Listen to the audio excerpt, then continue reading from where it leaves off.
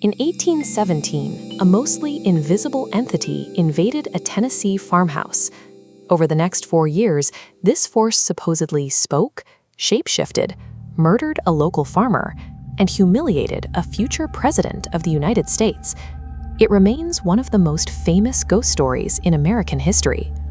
The terror started in the rural, isolated settlement of Adams, Tennessee.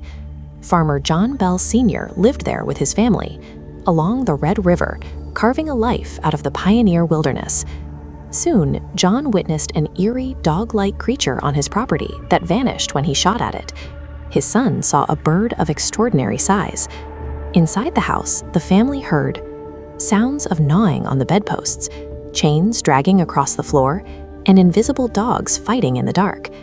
When neighbors finally asked the spirit what it wanted, a disembodied voice answered. The entity tied its origin to a Native American burial mound located right there on the Bell property, claiming it had been disturbed. The haunting quickly turned violent. Sheets were violently pulled from the children as they slept. The entity focused its physical abuse heavily on the youngest daughter, Betsy Bell, routinely slapping her, pulling her hair, and sticking her with pins. The legend reaches its climax when the entity, calling itself Kate, supposedly poisoned John Bell Sr. As his family mourned around his deathbed, Kate interrupted the funeral by singing boisterous drinking songs. According to the myth, she even terrified General Andrew Jackson so badly during a visit that his troops fled the farm. How did a regional pioneer legend manage to sustain its reputation for authenticity for over 2 centuries? To figure that out, we have to look at who wrote the story down. The modern version of the Bell Witch legend comes almost entirely from one foundational text.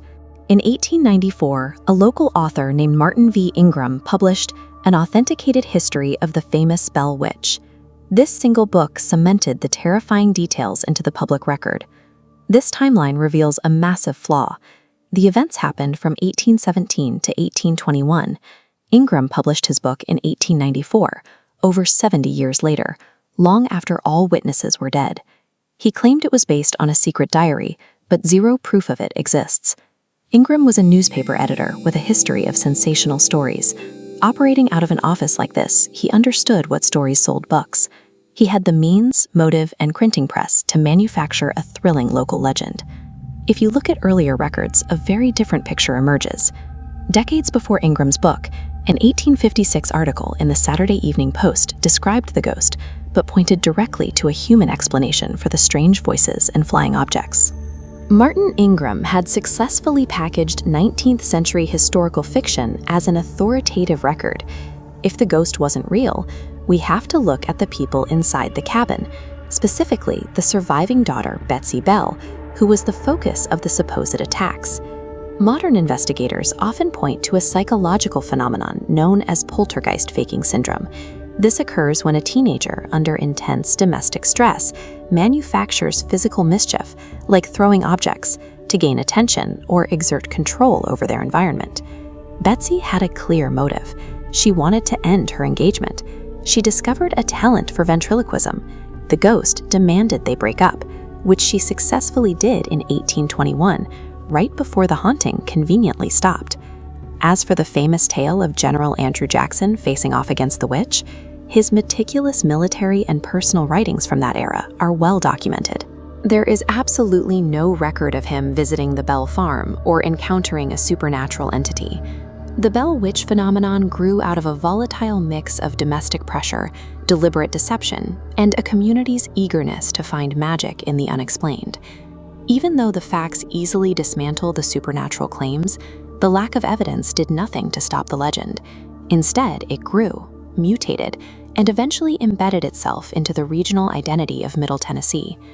The template of an unseen, violent entity tormenting an isolated pioneer family directly inspired modern pop culture horror. You can see the Bell Witch DNA in the foundational tropes of films ranging from The Blair Witch Project to An American Haunting. Historians study this through the lens of collective memory, the way groups of people construct and share accounts of the past. In this field, it matters less whether a haunting actually happened, and more why a society chooses to believe and preserve the story for hundreds of years. For 19th century Americans, this witch served as a convenient catch-all scapegoat. It was a physical manifestation of their deep anxieties, from the very real terrors of the untamed pioneer wilderness to the psychological guilt over displacing Native American populations.